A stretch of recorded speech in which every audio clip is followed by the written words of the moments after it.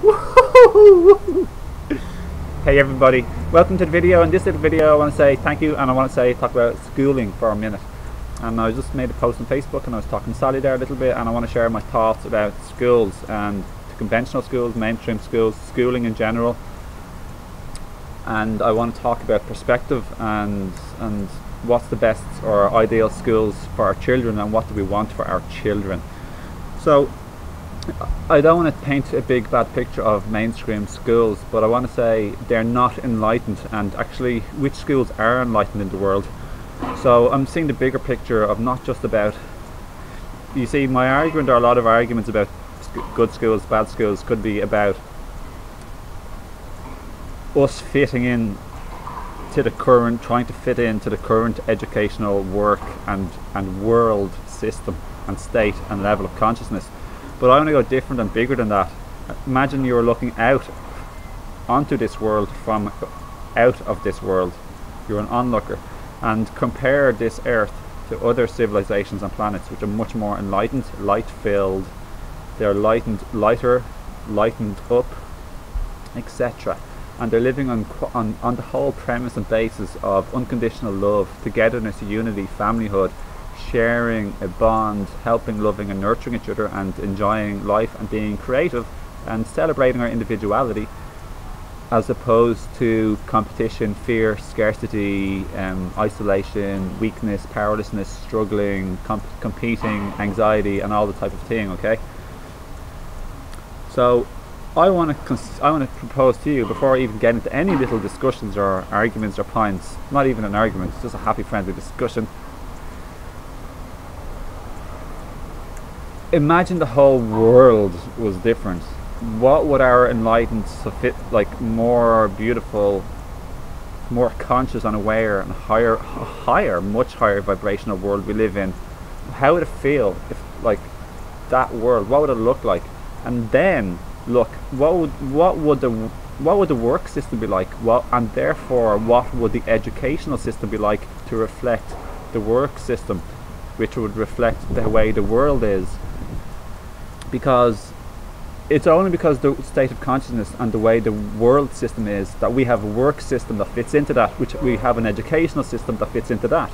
So if we had an enlightened planet, and we're going there and we're going to get there, and there are loads of other planets and beings out there helping us to try and raise our level of consciousness and vibration, then what would the work system be like? It would be totally different. There wouldn't be, like, all like, exploitation. There wouldn't be poverty in the world. There wouldn't be homelessness and war. There wouldn't be fighting, bullying and arguing and condemning and putting down people and humiliating people, and there wouldn't be powerlessness and asking to go to the toilet and being all these type of things. There'd be freedom and beautiful and beauty and love and light. So obviously the work system would be completely different. It'd be much more automatically fairer and much more nurturing, uplifting and enjoyable. Okay, it wouldn't be a struggle. We'd have homes and we'd have gardens and we'd grow our own food and everything else. We wouldn't be poisoning the land. Everything would be organic and better than organic. So let's see the bigger picture here. So instead of trying to fit into the world weird corrupt system see, that's my energy when I think about the world system. There's nothing about animosity, rage or anger or resentment. It's just like lol, laugh and love, love for them. So the new system, obviously, if that's the way the work system is, could you imagine what the educational system would be like? It wouldn't be about like getting numbers. It wouldn't be totally different. It'd be like completely transmogrified, totally and utterly different in the 100% completest way you could even imagine, where we have a limited perspective and mind because of our conditioning, and that's largely ironically got to do with our education. Because that's part of my point with the educational system anyway. Lots of mainstream education is just simply teaches you conditioning, limiting beliefs, isolation, fear, anxiety, powerlessness, not self-assuredness and self-confidence and self-rightness and beauty and explosiveness of you and your special individuality, and a love and respect and care and reverence and a beautiful nurturing of everyone else's precious individuality and their beautiful selves. You see, ultimately I'd like to ask my child if they'd like to go to a place, or to send them to a place, or to suggest a place to them, or anybody, a place, any of my friends or family, a place that helps to blossom, uplift, and unfold, to help them to learn and realize and recognize their own divinity. That's the bottom line, their own precious divinity. And from that, everything stems: unconditional love, joy, reverence, awe, sacredness. Everything good in the world stems from recognizing and realizing and knowing and understanding your own divinity and everybody else's divinity also. So what places are like that? What schools are like that? Is there any place in the earth like that? So which places are most like that? Sally made a really nice point, and I concur. Home is the first school. So no matter what school or place you're sending your child to, or anything like that, you have to teach the child the good values and their own divinity. So treat them and teach them and talk to them as if they're like precious, special, beautiful, self-assured. They're self-confident to make their own decisions, make their own choices, choose the best for themselves. They don't have to rely on an authority above them for approval, or telling them what to do, or telling them what they can't do, or punishing them, etc. So like the first teachers are us. And how do we teach? We teach by not only our word and what we do and what we say. Yeah, it's all by our example, basically speaking. It's how we live, what we say, what we do, how we respond, how we react, the things that we say, how we say things, the way we treat our partner, how we treat other people when they see us doing this, and how we treat our children, of course, and of course how we treat ourselves. So are you exemplifying self-love and love, unconditional love for everybody? Because that's the only way your child or anyone else in the world will ever realize and know and understand this is normal, this is like possible, and this is real, and this is the truth of you, because it feels so good. Are you? So the ultimate thing I'd like to say is, eventually and now, we are the teachers of the world. Every day, every second, every minute, every hour, you are teaching people who observe you, see you, look at you, happen to pay attention to you. You are the teacher of the world. Like right now in this video, I am the teacher. I am the teacher of the world. You are the teacher of we all are teachers of the world.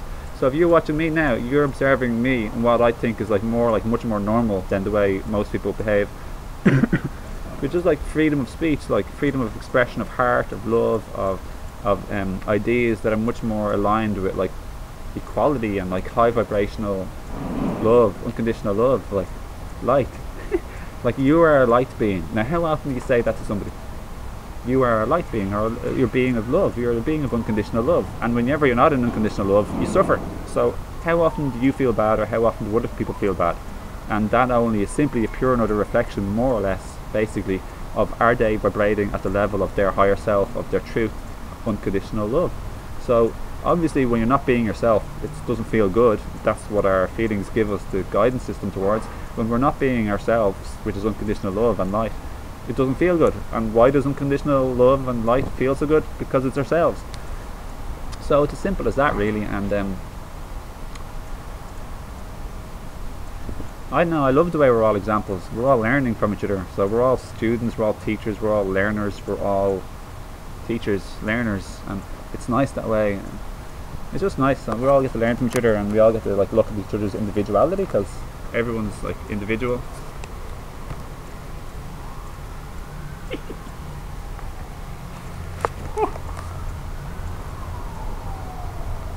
Ah, pigeon.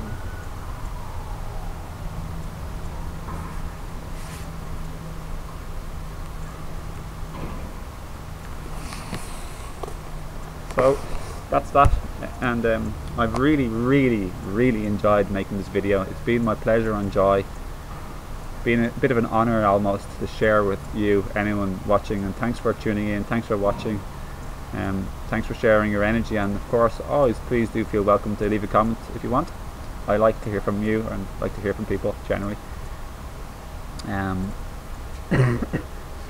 My never-ending like little tickle cough.